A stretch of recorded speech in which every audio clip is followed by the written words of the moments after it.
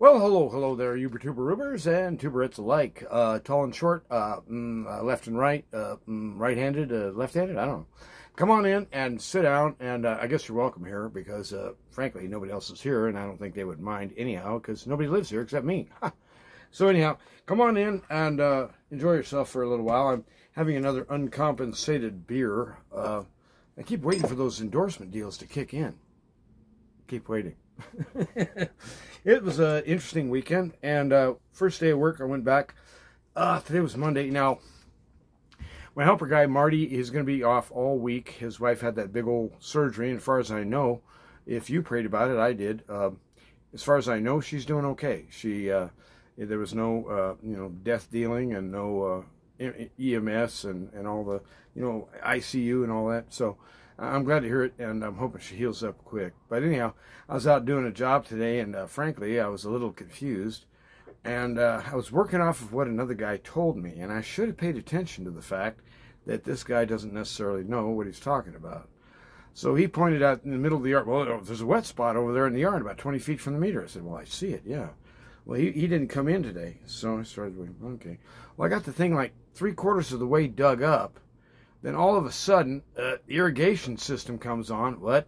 And there's bubblers out there, and they're leaking, and guess where it shows up? In this low spot where I'm digging. That's why it's wet. So anyhow, what I was looking for was this weird intermittent leak. When you look at a modern water meter, they're digital, and I don't care for that. The old analog one had a great big needle, and then there was like an odometer type deal. The numbers would rack up in series. And then at the corner, though, it was this little tiny triangle about probably under 1/4 inch in diameter. And that little triangle would spin, spin. So if it was really spinning fast, it tells you got a fast leak. And if it's just barely moving, or then halt, barely move, that tells you got a really slow leak. So this meter, I can't tell what it's telling me because sometimes it goes off and says, okay, I'm fine. I'm holding water now. 40 seconds, 50 seconds goes by. A minute and a half. I'm running. What? There's flow. Where? Don't know. Somewhere between 10 and 20 seconds of that, and it shuts off. Off and on. Off and on. Well, you're never going to find a leak. That dirt out there is just sand, sand, sand. And it's a great big house. This thing's a monster. And so I just really kind of narrowed down the project here. My first item was to try to dig up the meter at the end because I needed to know which way the yard line went.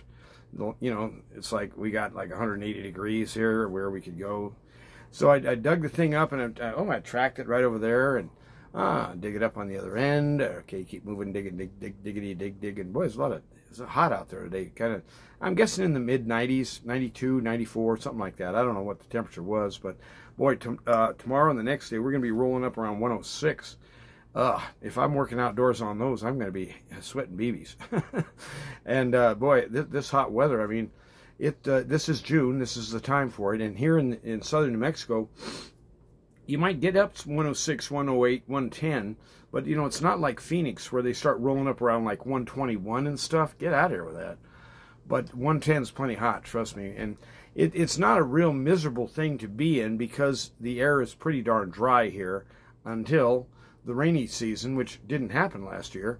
Usually in July and August, the annual rains start coming in, and of course the humidity goes up. And then when you have 99 or 102 plus 85 or 90% humidity, that's a whole different world. And so that's kind of like you just prepare to sweat a lot. So it was a warm one out there, and I don't have no help, and so I just kept plodding away, and I made her go. I actually came in a little bit late at the end of the day, but it wasn't bad. And I honestly don't know what to tell this guy Jeff, other than nice try. But where we're looking for a leak, I have no idea. And in fact, I don't know if there is a leak. So I got something going on something called Telegram. I guess the equivalent, I kept putting the phone in my pocket today, and I kept pulling it out. It was all over the map. One time it was on something called Bixby. I don't even know what that is. And then one time I opened up, it's on some other app. And then one time I opened it up, I was in messages, and I'd already typed out 3 or 4 letters in my pocket, like RRWN or something. And so the phone was going berserk today. Some guy I'd never heard of named Jeffrey, I guess, he received what's called a sticker. Well, I don't know what a sticker is. And so he said, "Did you send me a sticker?" And it's like, not that I'm aware of. I don't know what that is. And he says it's the bird waving its wings. I said, "Oh, that thing. Did I send that?" So I don't know. I guess the phone kind of decided to send him a little, bird. And I don't understand this phone at all. I don't understand the functions. It's an Android, and I'm sure probably most 9-year-olds could, run circles around me easy in terms of operating the thing and knowing its functions and all that stuff and its capabilities. I'm not interested. What I do with it is I make videos like this. I watch YouTube videos myself. I used to look at Facebook. I kind of just stopped doing that. I haven't looked at Facebook in months now. I used to play a video game. What was that thing called? Free Cell. I liked Free Cell, but gave up on that. And so, at any rate, the thing I do is I take pictures. I'll shoot little movies and make phone calls and send messages, and that's about it. And I don't really want to know what the other options are out there. So when I got up and got to thinking about work this morning, I thought, well, this is going to be a Monday, and I didn't know what the heck we were getting into, and I have no idea what we're doing tomorrow or what I'm doing tomorrow. So my main guy is off for several days. His dear old dad died not too long ago, and so he's got to do some, funeral prep and funeral planning and all that stuff, and take care of his family and his mom and stuff.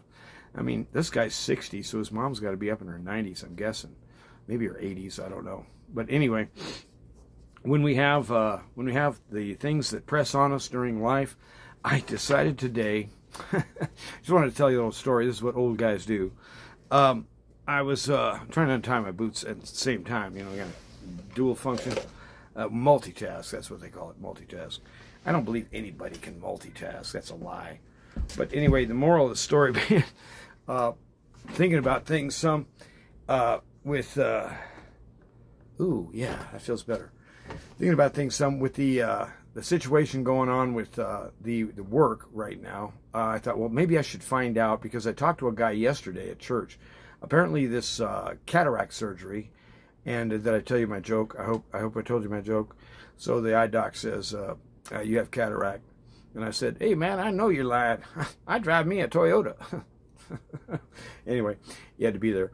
But the idea being, a lot of health stuff right now. So anyway, I thought I was going in for a surgery on Thursday, because the lady told me, well, you can't drive yourself home. So I figured, oh, must be doing surgery. No, they're just doing an exam, and they're going to dilate the snot out of my eyeballs. So you can't drive like that. In fact, I'm going to have to get like super dark glasses, maybe get some welding glasses. My eyes are going to be so bugged wide open at 4:30 or 5 in the afternoon. It'll be like, ah! So we don't know when the real surgery is, and this friend of mine was talking about the whole process, and it might take a week, 10 days or more afterwards before I can get back to even like doing basic real work. The lady was saying, one of the threshold items is after about 6 or 8 days, we'll let you pick up a 1-gallon jug. It's about 8.5 pounds. 8 days, 8.5 pounds. So basically, I mean, what do you call a plumber who can't lift 5 or 8 pounds? Worthless? So I don't know what's going to happen there. So maybe I can hang around and, make wise and insightful decisions and sit in the shade. Drink coffee and smoke cigarettes. Like a real boss does. But we're looking at the world, and the world around you. You've got your wife, you got your husband, you got your kiddos, you got your grandma, you got your cousins, you got whatever, and then you got your neighbors and your friends and all that. Well, there's a lot of stuff going on, and with surgeries and this and that, and paying the bills, and I can't pay the bills anymore. I can't pay for the groceries even. A lot of people right now. I saw a video the other day. Those storage buildings where they put, you rent them on a monthly basis. People are just abandoning their stuff in there. They're no longer paying the rent, and so they're being foreclosed on because the renter guy wants to collect his money. Well, you don't pay it. They just cut the lock off, open the door, anything they can. They sell at auction or maybe through an estate sale. I don't know what they do with this stuff. And that helps pay their bill. But these self-storage places where people store stuff that they can't put at home because they got too much stuff, those businesses are kind of really floundering right now because a lot of people just don't have the money in this Bidenomics environment to pay for it. And I'm just, I keep hearing that the inflation is only going to get significantly worse. If it ever gets to the point of what they call hyperinflation, and that could happen, we're looking for a lot of suffering here in the United States. Things are going to get crazy. Food, as an example, might be an item you might consider stocking up on. Storable, long-lasting food. Think about it. And water, too. I don't know. But the power, if the grid goes down, if the food truck doesn't show up to the grocery, if the whatever happens, things are going to get woolly, I think. And I'm not trying to be a doomsayer or a predictor of, grim things. I'm just saying, look at these clowns. Look what they're building. They're trying to start an atomic bomb war with Russia. How freaking stupid do you got to be? You pinheads. And these are our leaders. And you know what a lot of that is? They just can't face it. That, the old Oriental concept of losing face, of losing, I'm held in high honor. I've got gravitas, or whatever.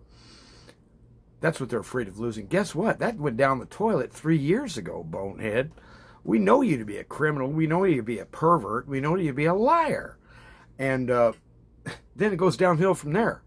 So when these clowns ended up with their big plans, it's going to hurt a lot of folks. And so I'm just going to give you a little, shock absorber here, a little. Remember, it's real. It's coming. Pay attention. But at the bottom of it, God is in control. But it's going to look pretty damn scary from our perspective. And so we need to pray, and we need to support each other. We need to spend time talking with each other, and taking care of each other, and doing for each other what we can, because when the proverbial poop hits the impeller, it's going to be, there is no help from the government. You can go ahead and call 911 at that time. It won't do any good.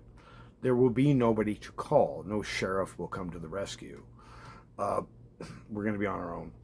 And so the government now, in its infinite wisdom, is setting up a program to try to take guns away from veterans. What? Yeah, because they know these guys, A, know how to use guns, B, they were trained by the government on how to fight, and the government just doesn't trust them anymore with guns.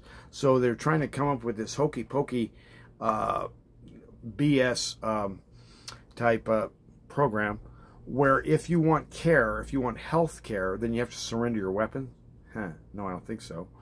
And when it comes down to right there where they're actually talking about disarming people and taking away our weapons and stuff, things are going to get ugly.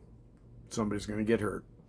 And at some point, the people have to just cry, bullshit, we're not taking this anymore. We're done.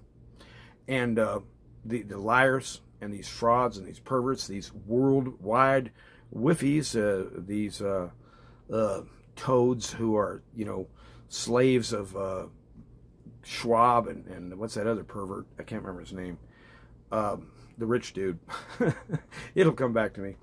But when we're looking at this kind of stuff, the Christian gospel, the Christian word, is another kind of message. It isn't the same thing as the news of the day.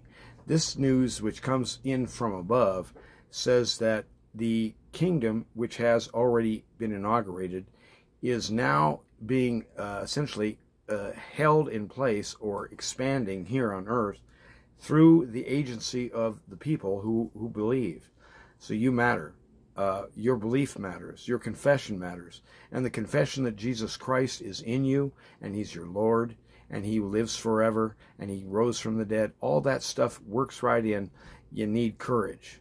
You need a boldness, and you need a way to hang tough when the wheels fall off. And he's the one who'll do it for you. Listen again to the book of Matthew. Listen to that heart-rending story at the cross about how everything just went off the rails. You know, Peter denied his master, and Judas sold him out for 30 pieces of silver. And I mean, it was just a horrible situation. And naked and beaten beyond recognition, dying on a tree. And he knew it all along going in that he was going to do that. So please don't think that the Christian gospel is like, well, you've accepted Christ. From here on out, your life is going to be easy. No stress, low stress, and lots of rewards. That's essentially what the church tries to tell you, and that's frankly BS. That's not what the gospel teaches. And so he teaches us to embrace suffering, but not on its own as if it was a good thing by itself. That's nuts. Embrace suffering for his sake. If they hated him, they'll hate you. If they listen to his words, they'll listen to you. So, in other words, you're essentially an ambassador. You've been sent down here by the Maker among other reasons, to represent the Lord and Savior. And so, let's do it well. Try to at least be basically honest. Knock it off with the lies, will you? And when you think about all the things that just interfere and jump up, you know, got a surgery over here, got a broken whatever there, got a wheel fell off, whatever. Nothing is out of his control. Every sequence of every event is right on time, and the ones that piss you off the most, the ones that drive you wild, those are the ones you're supposed to pay attention to and say, I should be learning something here. Other than that, it just blows smoke out my ears. There's a street light down there called Rigsby on Valley. What a pain in the butt. It comes out of the Walmart, and I don't know if I've ever hit the thing green. Heading southbound, maybe I have once or twice, but it's like this really weird light. It's green way too long. Valley's a major drive. This side road goes in and out of Walmart, but it's got at least close to the same amount of time green-red as the main street does. It's like, well, that's just an alleyway practically. But it's almost always red. So here comes the steam out the ears. I hate this. And when you're frustrated and when you're being driven crazy by stuff, that's the time to pay attention. You got to learn something right there. At least that's what I'm going to try to do, if I could avoid biting off anyone's head in the process. And just remember, what you do counts, and it's all on the record. There are no overs. But there is forgiveness. There is forgiveness and reconciliation offered by the Father, and it's real. And we need that. And once you have that, then you can roll, because you'll live forever. Trust me, it's real. You guys have a good day, and remember, the Master, when he calls you, you're supposed to say something back, like, yes, sir. I hear you. Think of young Samuel. He said, yeah, what do you want?